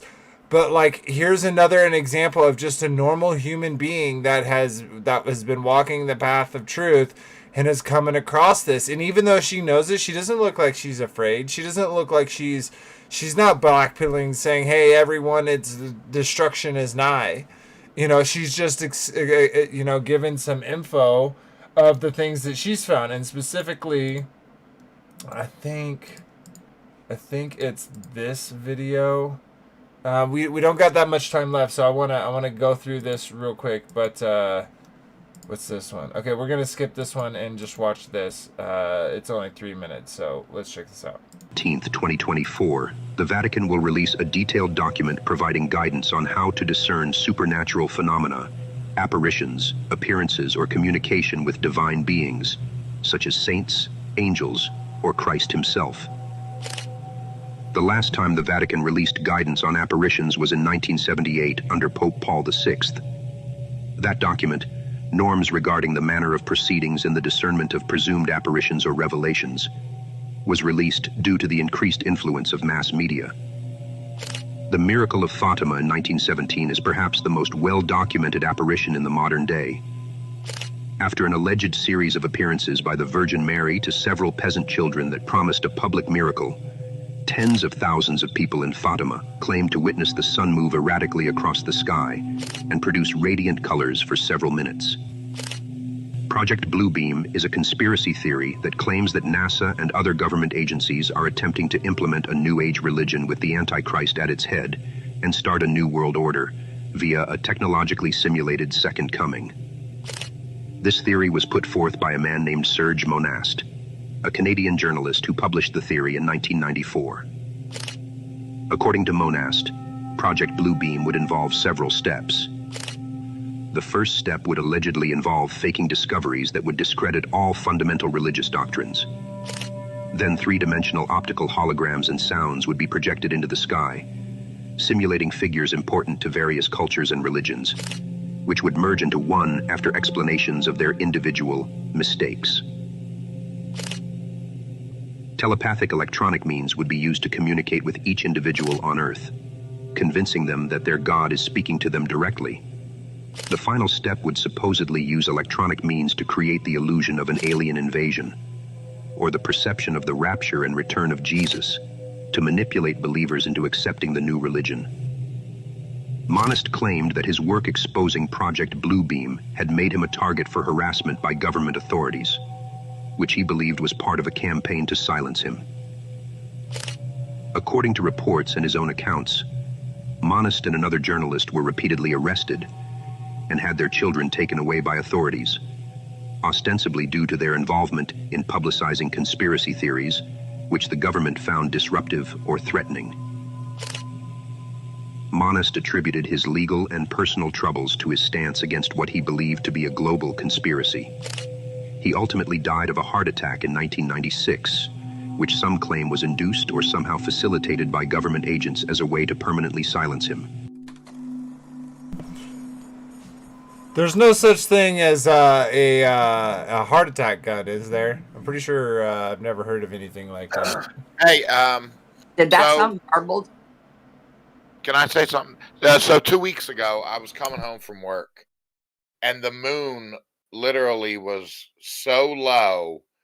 We have it's called Liberty Tower 1 and Liberty Tower 2 in Philadelphia, and I was driving down 95, and the moon was literally between the two towers. I've never seen it. It was huge. It was like maybe 1.5 miles, 2 miles away from me. now that we're doing this, do you think that could have been a hologram, or did you see a low moon like 2 weeks ago? I don't recall seeing what you described. That would be very interesting, and who knows? It was, dude. It was huge, and it was really low. I've never seen it that low before. Now I'm starting to think maybe it was a test run of a hologram. Yeah, I don't, and when it says, in scripture that the light, the moon won't give her light, maybe that has something to do with it. But to close it up, I want to read here 2 Thessalonians, because I think this really encapsulates all that we really are trying to say. And it's better than us saying it. Let's just read from scripture. So it says, "Now we beseech you, brethren, by the coming of our Lord Jesus Christ, and by our gathering together unto him, that ye not be so shaken in mind or troubled, neither by spirit nor by word, nor by letter, as from us, as the day of Christ is at hand. Let no man deceive you by any means, for that day shall not come, except come a falling away first, and that the man of sin be revealed, the son of perdition, who opposeth and exalted himself above all that is called God, or that is worshipped, so that he as God sitteth in the temple of God, showing himself that he is God. Remember ye not that when I was with you I told you these things? And now you know what withholdeth that he might be revealed in his time. For the mystery of iniquity doth already work. Only he who now letteth will let, until he be taken out of the way. And then shall the wicked be revealed, whom the Lord shall consume with the spirit of his mouth, and destroy with the brightness of his coming. Even him whose coming is after the work of Satan, with all the power and signs and lying wonders, and with all deceivableness of unrighteousness in them that perish, because they receive not the love of truth, that they might be saved. And for this cause God shall send them strong delusion, that they shall believe a lie, that they all might be damned who believe not the truth, but had pleasure in unrighteousness. But we are bound to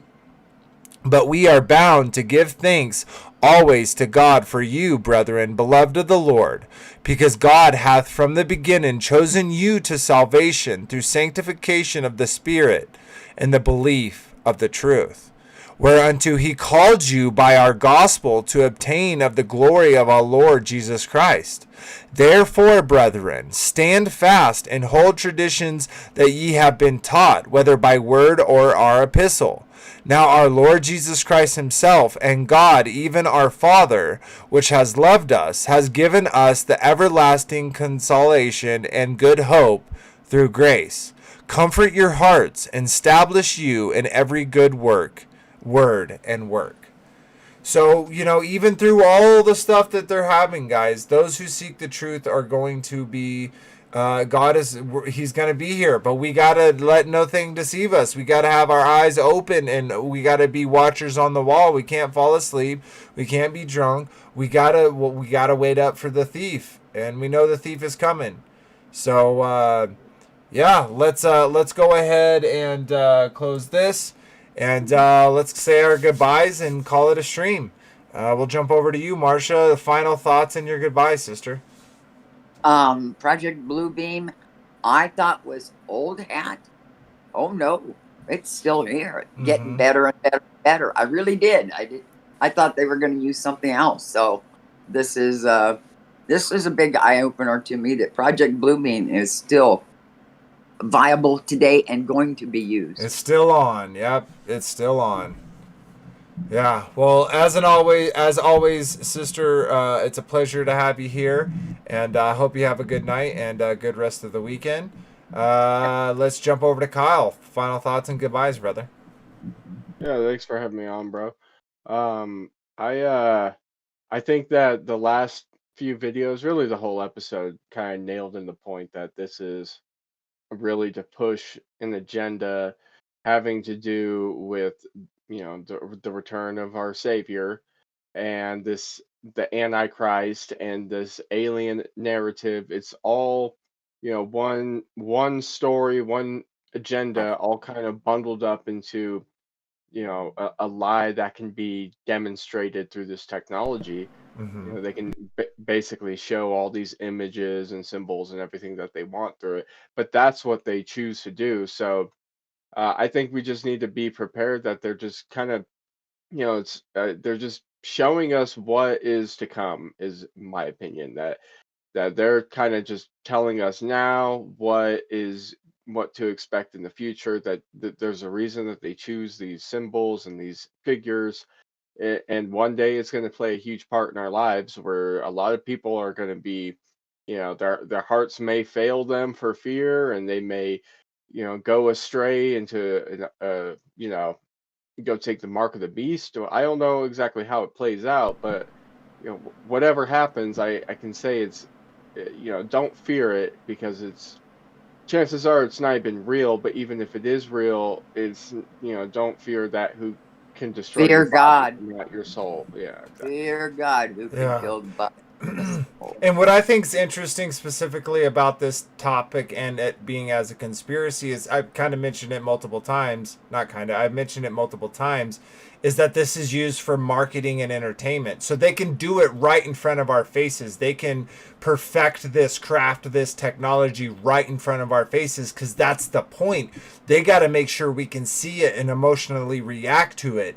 And so, yeah, they've set the foundation for these for this technology to be used. It isn't just something that used to happen. No, that they're still working on these things and have a desire to fulfill this idea of theirs. So, well, as always, brother, great to have you on and to talk to you. And yeah, dude, I'm excited for you to live here in right down the road. So, yeah, absolutely.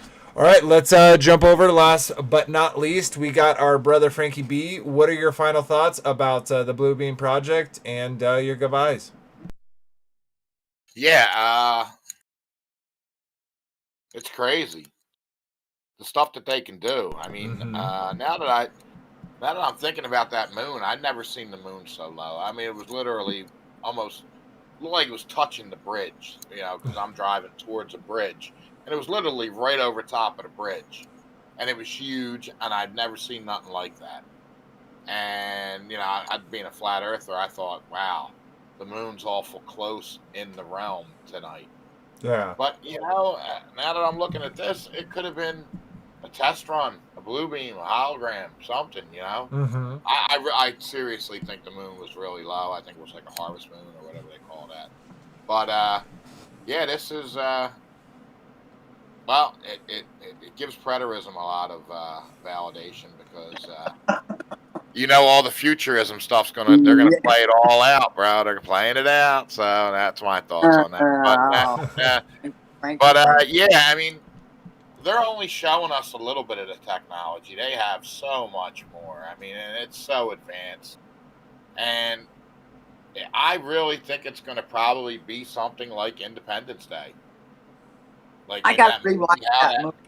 How there was ships, or the war that when they redid the War of the Worlds, how the ships were over, certain areas. I think they're going to do something like that, and then also release some hybrid creatures, and then say that they're aliens, that they escaped from a lab, strike fear in people.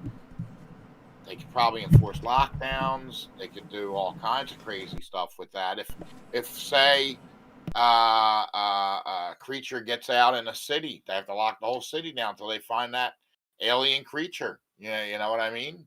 Yeah, I completely agree. And I was kind of saying that earlier, is like, what if they release these chimeras, Project Blue Beam, some alien crafts, and now you have all this stuff going on, and like, oh, people actually got hurt. This creature was actually real. They shot it.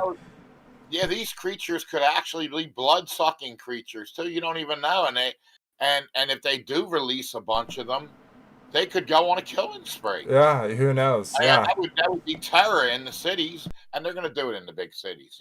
We live in the rural areas, so I think we would be okay.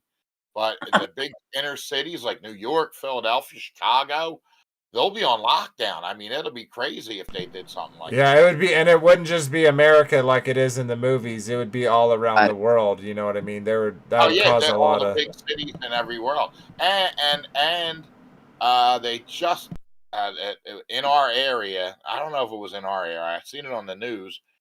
40 monkeys escaped from a lab, and they hunt. There's 4 of them still loose. You know, that's something out of 28 days. You know, when that virus came out of that lab from the monkeys, yeah, it had 40. So the guy didn't lock the gate, and 40 monkeys escaped. Sounds like it was intentional.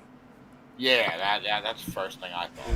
Yeah, but yeah, so you know, put your seatbelt on because it's going to be a bumpy ride, man. Probably the next 4 years. Especially now that they got their boy in the office, they're going to do whatever they want. You know what I mean? Yep. Oh yeah, it's definitely going to be eventful. But you know, we have the power of Yah, the protection of God on our side. Amen. So, and you know, He takes care of His own. So. Amen. All right, brother. Well, a pleasure like always, and hope y'all are excited for next week. We're going to be talking about satellites, and. That's even that word satellites. It's kind of like they have elites in there as well. It's, but I'm excited to talk about it because I think that like a lot of that information is important for if it's not your first time learning about it, getting a refresher is always a good reason. Is always a good thing. So hopefully y'all are excited about it. This one was fun. Time flew. Again, if you'd like to support the channel, please like, share, comment, and subscribe, and either the merch or donations to help it out fiscally. But other than that, guys, I hope y'all have a good rest of your weekend, a good Thanksgiving coming up. But until next time, guys, remember that Abba loved you first. Shalom, everybody. Shalom. Shalom. I'll be back. Later. I'll be back. I'll be back.